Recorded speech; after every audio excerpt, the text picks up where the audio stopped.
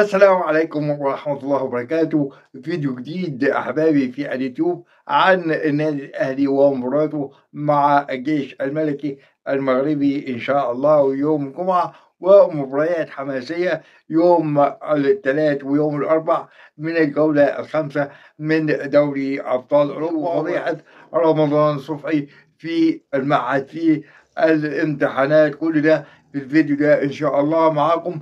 فيديو سريع، هنبدأ بالنادي الأهلي وإن شاء الله هيسافر غدا يوم الأربعاء بإذن الله على طائرة خاصة للجيش الملكي المغربي. المباراة يوم الجمعة الساعة 9 مساء بتوقيت القاهرة. عاوزين نعرف تفكير ديستروب المدير الفني للنادي الأهلي هيمشي زي المباراة دي جاية. عاوز ياخد معاه كل اللعيبة ما عدا 4 لاعبين طبعا للإصابات: عبد القادر وشكري والشناوي، وفي العيش جاله ارتجاج طفيف. اختلاف مسميات الخطط 3-5-2 أو 4-3-3، الكل جاهز الكل حاضر، خصوصا خط الوسط للنادي الأهلي والناحية الهجومية. في لعيبة كتير متوفرة، في لعيبة كتيرة جاهزة للعب، في اوبشن كتير للمدير الفني للنادي الأهلي. في أشرف داري راجع، بس استحالة لاعب أشرف داري راجع من إصابة طويلة المدى. هل ديستروب هيلعب بنفس الخطة اللي لعب بيها أمام شبيبة القبائل، أم هيتم التغيير والتعديل على حسب ظروف المباراة أمام الجيش الملكي المغربي؟ خصوصا أن الجولة الأولى للجيش الملكي المغربي اتغلب أمام ديانج أفريكانز بهدف واحد. مجموعة فعلا قوية. لابد النادي الأهلي هذه المباراة يلعب على التعادل أو الفوز.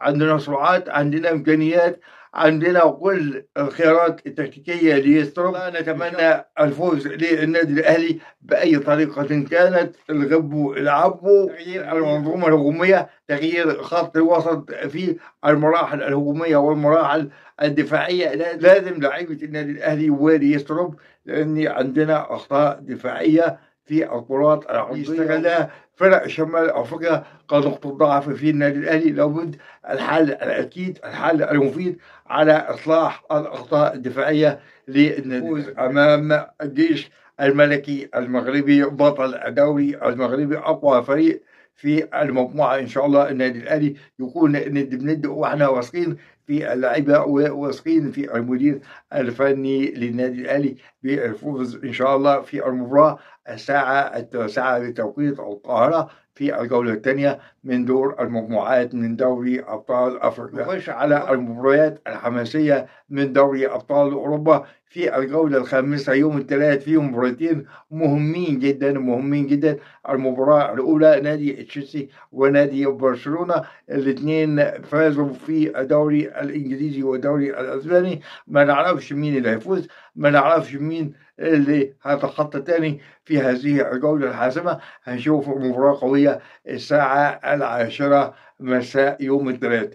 أما المباراة الثانية إن شاء الله في نفس الموعد يوم الثلاث، مانشستر سيتي الجريح مع باير ليفركوزن الألماني. مباراة قوية في ظل التحديات الجديدة لبيب جوارديولا مع لاعبي مانشستر سيتي. أما بنكمل يوم الأربع إن شاء الله المباراة اللي في غاية الأهمية. 3 مباريات أساسية، 3 مباريات قوية، 3 مباريات حماسية. هم أول مباراة في نفس الميعاد الساعة 10 مساء، ليفربول واندهوفن الهولندي ومحمد صلاح الجريح مع نادي ليفربول. أما المباراة الثانية القمة الإنجليزية الألمانية، الأرسنال وبايرن ميونخ. صراحة مباراة قوية في غاية الأهمية. أما المباراة الثالثة المهمة السهلة لنادي الريال مع اولمبياكوس اليوناني. بصراحة الثلاث مباريات أقوى من بعض باستثناء مباراة الريال وأولمبياكوس، في انتظار المفاجأة الكبيرة، لأن نادي الريال بيعاني الأمرين في هذه الفترة في الدوري الأسباني. أما بالنسبة لمشكلة رمضان صبحي، المشكلة بتتفاقم، والقضاء المصري العادل هيبين العدالة، هيبين التزوير. بصراحة كان بيزور للأسف الشديد عشان يطلع ويسافر مع نادي بيراميدز، بس جاب سيرة محمد الشناوي كابتن النادي الأهلي. إن شاء الله القضاء المصري هيظهر الحقيقة من خلال التحقيقات المكثفة مع كل الأطراف إن شاء الله. احنا زعلانين على الموهبة اللي كانت في الأهلي، صورة من أساطير النادي الأهلي، بس للأسف الفلوس الفلوس دمر تدمير جزئي للأسف الشديد. ربنا معاه، كلنا زعلانين عليه. إن شاء الله ربنا يطلعه من الأزمة على خير.